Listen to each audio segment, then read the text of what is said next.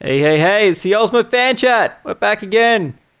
It is episode 13. This time we're doing a post-fight show on UFC Hamburg, Shogun versus Smith.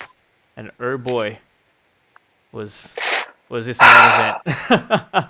Alright, I just want to quickly make a mention of, what was his name? Manny Bermudez and his crazy triangle. That's my mention. It was just a really cool triangle. It was a long setup, and yeah, it was cool. Making the rounds on the highlight reels on Facebook. Yep, that's all. I only saw the highlight reel, and I was thoroughly impressed. Another thing I want to mention is the fact that this card had 10 decisions. I'm so glad I didn't wake up at 4 in the morning to watch 10 decisions. Despite the fact that one of those decisions was apparently really good, the Danny Roberts fight. Your boy. I set my alarm to wake up and watch the last couple of fights. So I watched Teixeira and Anderson on delay. I watched it later on in the day. But I woke up, and just as I woke up, jumped on Fight Pass, and Anthony Smith and Shogun were walking towards each other. And I was like, sweet, what timing? And about a minute and a half later, I was like, back to bed.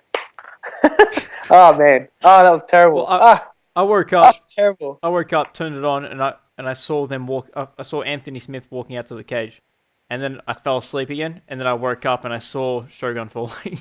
So. It was. Fuck, that hurt my feelings. That hurt my feelings. You know what? Have you rewatched it though? No, I haven't. I've only watched the highlight reels. I don't want to rewatch that. They're sort of trading, small amount of shots, and Shogun's being quite aggressive. And Anthony Smith throws out a front kick, and it hit Shogun, like, under the neck. Like, it didn't hit him in the face. It hit him, like, here. Yeah. And his head just went, boop. And he was like, ooh. And it was a little bit wobbly. And then he ate a nice right hand. He started backtracking, and I was like, oh, no. And he does that Shogun thing where guys are attacking. I mean, sorry, I apologize. I sound a bit weird. My nose is blocked. I'm very sick. But all good. He's stepping back, and he's just not moving anywhere. He's just going backwards. And then the shots are coming. But he's not actively making, he's not seeing the shots and he's not moving with them. He's just gone, whoop, just freeze up, lock everything down, mate, and just everything from Anthony Smith is coming through. And a stoppage, it sort of reminded me of, I don't know if it's the first or the second Chuck and Tito fight, but when Chuck had Tito against the cage and he's just walloping him, just wailing him, and all those straight shots and hooks, everything's just landing. It was like that, except that Shogun didn't fall until after the pile stopper. Oh, man. I think I was actually saying that when I watched it. I was like, oh, man. Oh no. Oh, shit. Yeah, that was good to watch. He got caught early and cold, like we were saying. Yeah, it was pretty much exactly what you said. You said he was going to get caught. Like you said, if he got knocked out, or when he gets knocked out, it's more than likely going to be early when he's cold. And yeah, that's what happened. Man. Nothing that I said was going to happen at all. Oh, it's terrible. I thought he'd be able to throw a few. I thought he would throw a few more kicks, a couple of leg kicks, because Smith he seems to be prone to those types of things. Oh, it's terrible. He just decided to box the taller boxer. You can't fault Anthony Smith. I mean, he can only fight who's in front of him, but man, that knockout was nasty. Out on his feet, he was unconscious on his feet. That really propels Anthony Smith now that he's knocked out 2 former champions in a row. It does. He seems like a very likable guy, but there's just a small part of me that makes me go, stop beating up these legends. Yeah, so, it's a bit sad, but... No more legends to fight Anthony Smith. No more. Well, actually, you know what? You don't want to see any more get knocked out. No, I don't. But speaking of what you said, I saw a Twitter post from John Kavanagh where he said, in this sport, he goes, you either finish making the highlight reels or you finish as part of someone else's highlight reel. And that's very true. Very true. That's what's happened to both Rashad Evans and Shogun Rua. Yeah. I'm just looking at the light heavyweight rankings for who... So Anthony Smith was unranked, obviously, but he's got to jump in there now if he beat Shogun, who was crazily ranked number 8. I'd like to see him fight one of 3 people. Yeah. Corey Anderson? Mm-hmm. Ovin St. Preux? Or Jimmy Manuwa? Good fights. Okay. Yeah. Maybe Jimmy Manuwa. A long-ranger guy like him, they can stand and bang in front of each other. That'd be fun. But yeah, not anyone that's,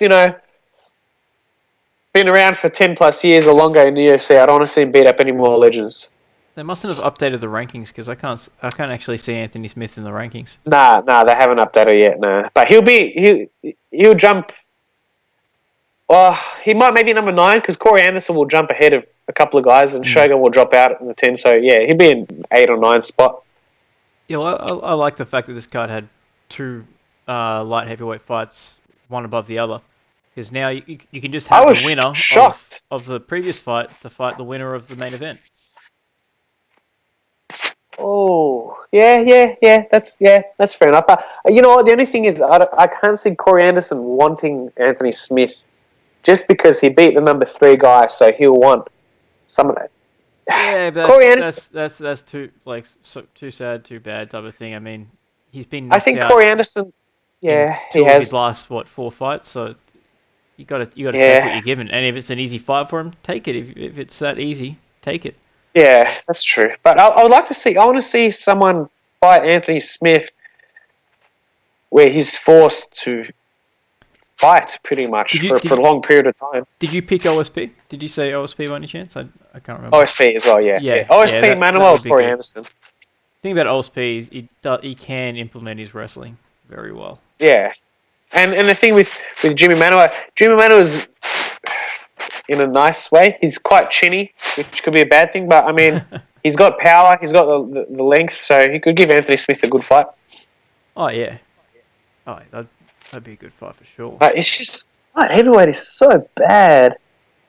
It's so bad. There's no contenders. Like, there's no real contenders. Everyone in the top, say, 5 have lost at least one of their past 3 fights. No one's on anything more than a 2-fight win streak. Because you think about it, right? When DC's never fighting a light heavyweight again. You've got Gustafsson, who also has ruled himself out of a fight with Anthony Smith at 227. Apparently he's injured. I don't know what's happened to him, but so you got Gustafsson. You're going to get light heavyweight title fights in like 6 months from now. It's going to be like Anthony Smith versus Ilia Latifi. Like, yeah. No offense, but yeah, that's what's going to happen for sure. That's not headlining a pay-per-view. No, that'll be on a fight night. And it used to be the marquee division. You know, John Jones, Machida, Shogun back in the day, Rampage, Rashad. Yeah, it was a crazy division at one point, but that's what happens. It eventually burns out, and then you get other good divisions. Like middleweight at one point, you had the top 4, which was Weidman, Rockhold. Who was it? I can't remember. Weidman, Rockhold, Souza, and there was one sort of Anderson. I think at that point in time, Belfort was still up there as well. Yeah. And then Belfort got off the testosterone. Mm. Yeah, so. Yes, I don't know what's going to happen. Like, I reckon Shogun and Glover, they're both Brazilians, but I don't think they're teammates. So I guess you could have the 2 losers fight each other as well. Yeah, I feel like Teixeira's still got something left in the tank. He's not going to be. I mean, I was going to say he's not going to be in title contention, but in this division, he could be.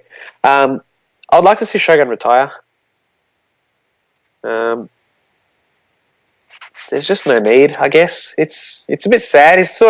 He's heading down that. I thought he was heading down that road a couple of years ago, but he had those 3 wins in a row. But he's heading down the sort of BJ Penn, Chuck Liddell. He's certainly not at that point yet. He's nowhere near it. Not yet, but he's heading there, man. I mean, yeah, I don't know. He had some bad losses Realistically, to Dan Henderson and OSP. I can't see him beating, even in this current state of division, I can't see him beating the top 4 contenders, or even 5. He doesn't beat Gustafsson. He doesn't beat Ozdemir. I don't think he beats Glover either. He doesn't beat Ilia Latifi. That's the thing. He doesn't have to beat any of the top 5. Put him up against some of the lower guys. And then if he can't beat like a Sam Alvey, then it's time to go. Or if he can't beat that guy, I guess. Then it's just sad when you see a guy that was walloping people not that long ago. Oh, it was a little bit ago, but quite a while ago.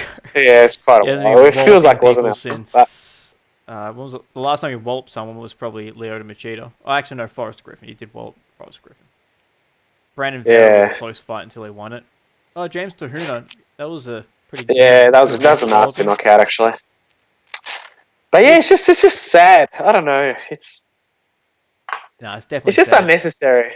It's sad, but it is what it is. I hope he fights again. I hope they put him against Sam Alvey. That'd be a great fight. That'd be fun. If he gets knocked out by Sam Alvey, cool. Call it a day. He's had a great career. It would have been interesting earlier on, like maybe after he lost the title to John Jones, to see if he could have made middleweight limit. I feel like he could. He's got a lot of, He looks a bit pudgy. He reckons his legs are too big, and he couldn't make middleweight. His legs are so enormous, which he does have chunky legs, but they don't seem muscly chunky. They seem a bit chubby chunky too. Yeah. But yeah, so it'll be interesting to see what happens with light heavyweight. I hope. Yeah. Well, I don't think DC is going to come back. I hope he. I don't know. I hope he vacates, or at least you know what? This is one of those times where an interim title would not be out of place. I think it still would be. Give it a bit more time. When was the last time he defended his title? It wasn't that long ago, was it? Ozdemir? When was Ozdemir? What was that? Let's see. DC. It might have been forever ago, but I don't feel like it was that long. That was January. Yeah, I mean, well, if they can figure out if it's but I mean if they can figure but Woodley was always going to come back to the division. DC's probably highly unlikely. Connor was out twice as long. Max has been out just as long. But I mean, like they're going to come back to the division. Yeah, no. I don't think DC is coming back. But there's no point giving someone a title just for the sake of giving someone a title. Let the contenders build up. Let someone go on a win streak, and then put the interim title up or the undisputed title, whatever you want to put up. It's just so bad. Yeah, well, right now, who can you see holding that title? Even Gustafsson. He's only on a 2-fight win streak, I think. Is it something like that? I think 2. Let me see. I'm pretty sure. Yeah, I think it was. Who did he beat? He beat someone and then he beat Gustafsson. So he's on a 2-fight win streak, but before that, he only won 3 of his previous 4. And he beat Jan Blachowicz. And that Jan Blachowicz fight was quite underwhelming, I feel. Like he played it very safe in that one. Yeah, which he had to, I guess. But yeah, he did have to play it safe. He was on a 2-fight losing streak, but yeah, it was. Yeah, so his last 5 fights, he knocked out Jimmy Manuwa. Then he got knocked out bad by Anthony Johnson.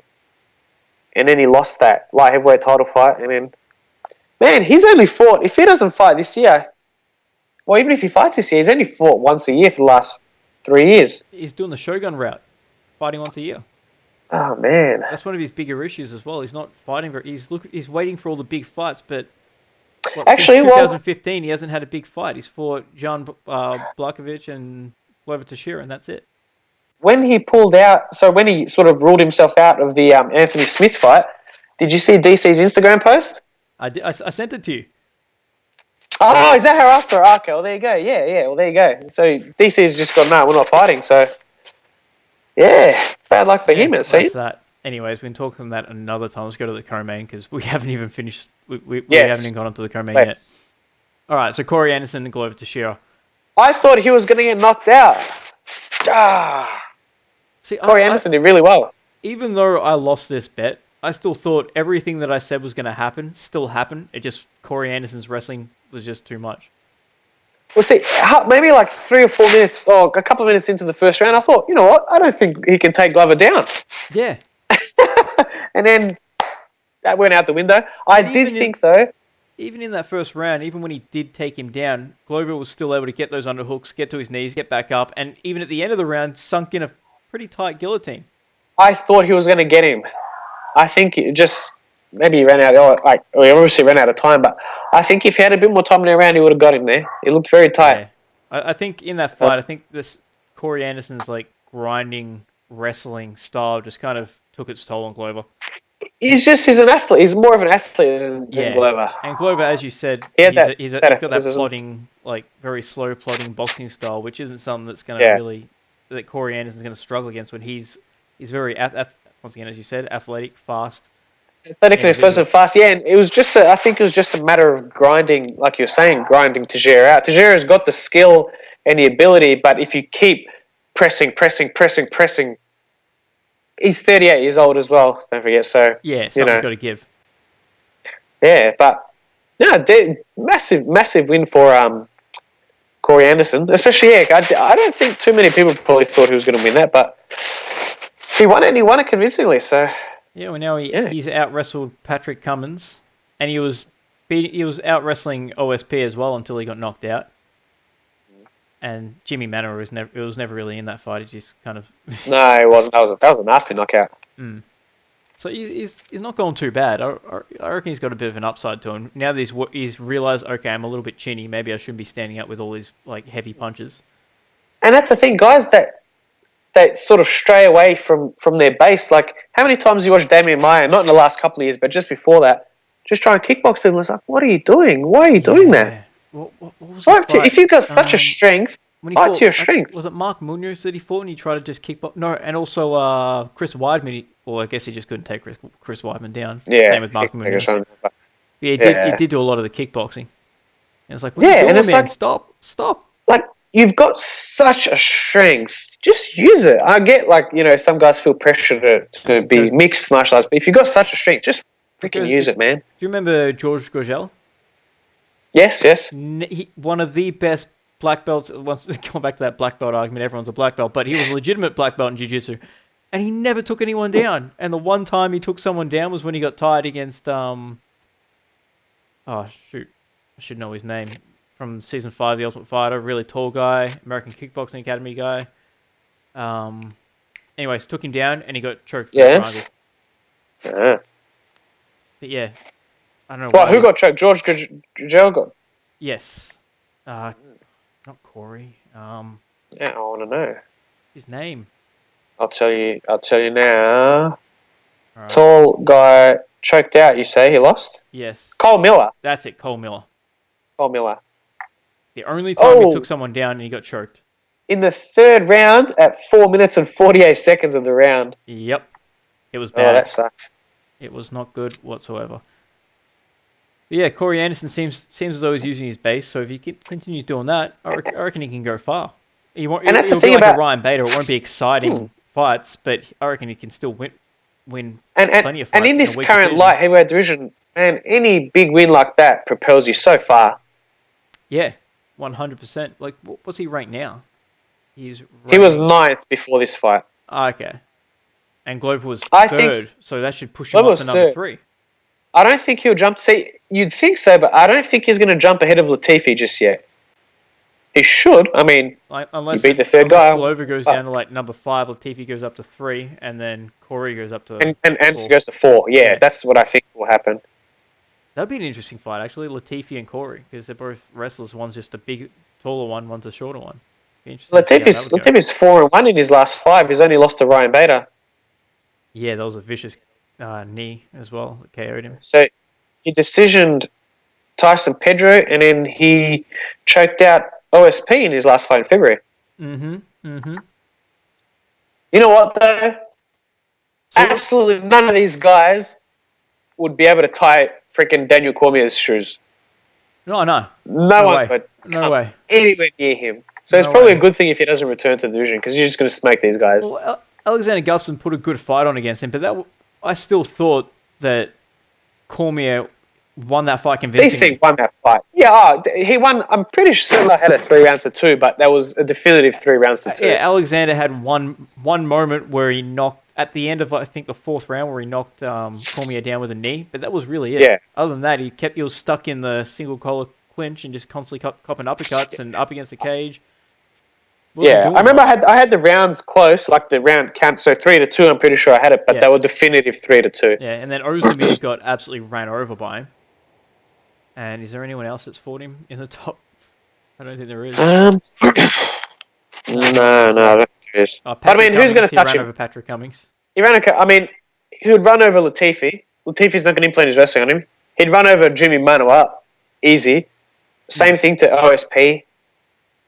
Shogun. That would have been... I don't even talk about that. Anyway, so what's next for Corey Anderson? I reckon Anthony Smith, Corey Anderson, seeing as they both won the fight, they're not going to get any bigger fights, I don't think. I don't think anyone else is going to want to take a fight with them, since they're pretty low. Anthony Smith or Ilia Latifi, I reckon. And leave Gus and Ozdemir to fight each other. Yeah, if that fight ever happens, Ozdemir keeps on having to pull out of fights. Yeah, but I think Corey Anderson versus Ilia Latifi or Anthony Smith. Fair enough. And Glover Teixeira, who do you reckon he should fight? Someone down the bottom, maybe like, not down the bottom, but you know what I mean, maybe like a Misha Tsurkanov or something like that. Someone in the sort of lower end of the top 10. One of the guys coming up. Tyson Pedro, maybe? I was going to say Patrick Cummins, but he's already fought Patrick Cummins. Yeah. Someone. Don't give him Tyson Pedro.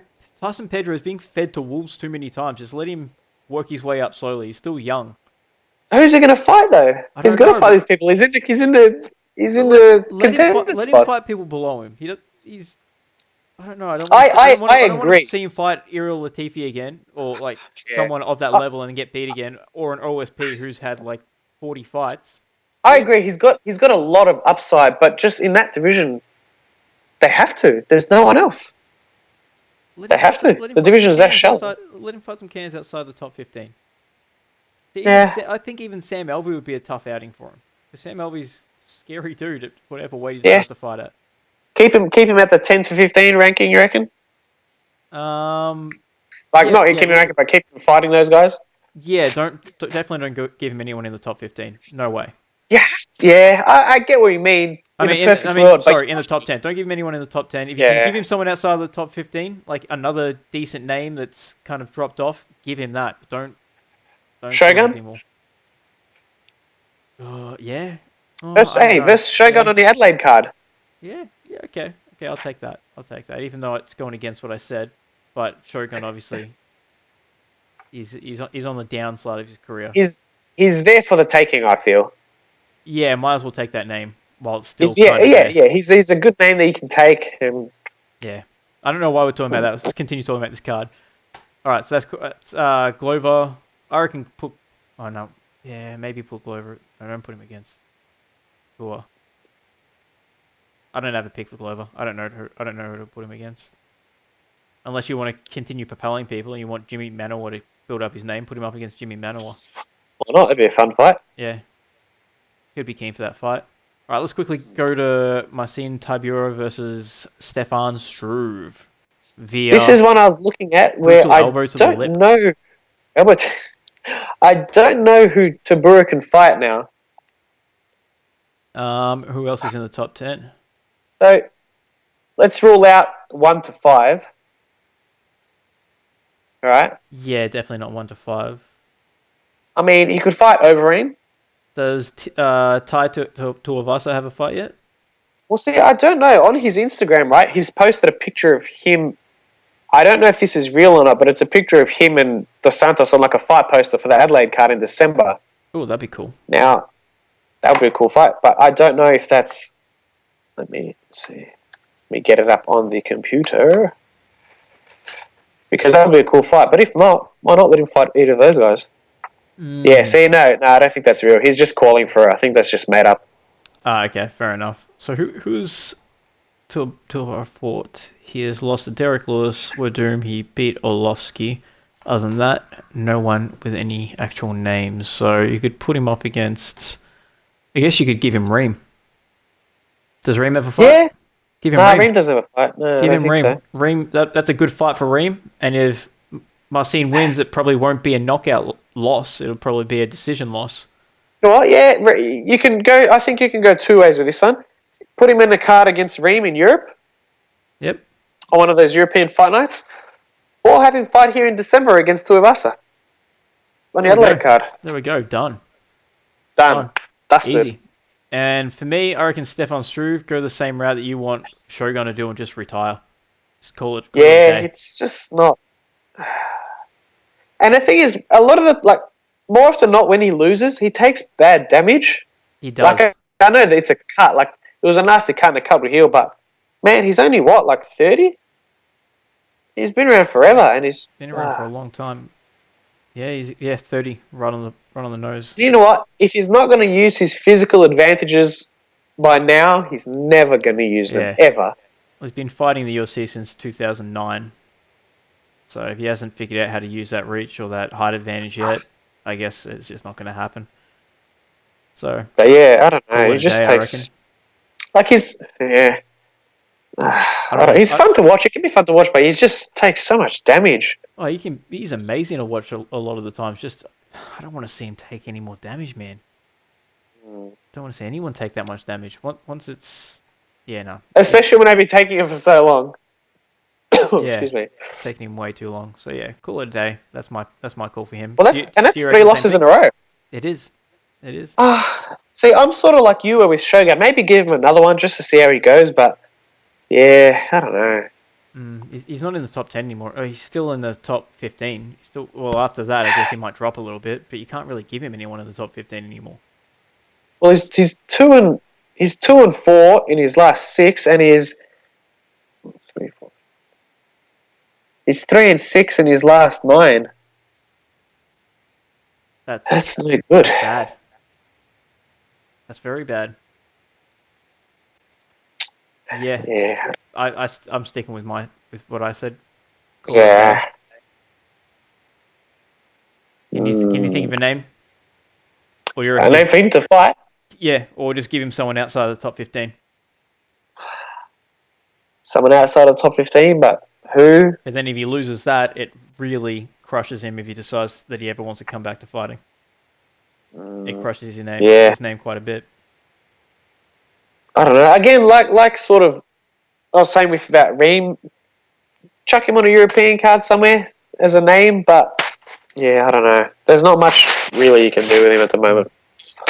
All right, well, that's pretty much it. One thing I just quickly want to mention. There was a lightweight fight on the prelim card. It was Alexander Rakic versus Justin Ledet. Mm-hmm. And yes, I know why I'm mentioning this. Yes, because the fight card, there was the judges called out 30-25, 30-24, 30-24. I haven't seen such a low scoring card across the board ever, if not just in a very long time. Last time I saw that was Nate Quarry versus that guy from season 3 of The Ultimate Fighter. I can't remember his name now. But yeah, I've never seen. I don't think I've ever seen a fight card where across the board it was that low. So 10-8 rounds almost every round. By 2 judges, yeah. Yep. Well, every round 10-8 by 2 judges. Yeah, but except for one. Do they have the new scoring in place, or? I have no idea, man. I should really look that up. We got this podcast going. We don't even know the rules. So bad. Oh man, Adam would be so disappointed. Oh no. All right. So yeah, I just thought that'd be fun to mention, and that was Justin Ledet moving down from heavyweight, and he got destroyed by Alexander Rakic. So that was, I don't know. I thought that was pretty cool. I haven't seen that before. Nor have I really seen 10 decisions on a fight card. That doesn't happen very often. Although, no, didn't we? What was that card? Well, this is the third most decisions in UFC history. Wasn't there a card we attended here in Australia that was the most decisions? Like every fight was a decision except for one. Was it Bisping and Rockhold? No, it wasn't. That was the least amount of decisions because there weren't. That was the least amount of decisions. I'm thinking. Sorry, that was all finishes. We were much, there. Wasn't it? We were there for that. Yeah. I'm thinking the opposite. I don't know what I'm on about. That was the complete opposite of what we're talking about now. That was all finishes. Anyways, I reckon we call that a day. Do you have anything else to mention? Nothing. All right. Well, thank you everyone for listening. This has been the Ultimate Fan Check. Make sure you like, share, subscribe, all that good stuff. Check us out on Facebook, Instagram, Twitter. Oh, there is one thing actually. Yes. Okay. Yep. Coming soon, our preview for the Poirier and Alvarez card. So check that out. That'll be up in a couple of days as well. Yes. With any luck, we'll have that up on Friday night. So stay tuned. And this has gone for about 30 minutes. We apologize. We did try and keep it short, but it's really hard to do so. So hopefully you guys enjoy this big 30-minute chat. So yeah. Peace out. Thank you very much.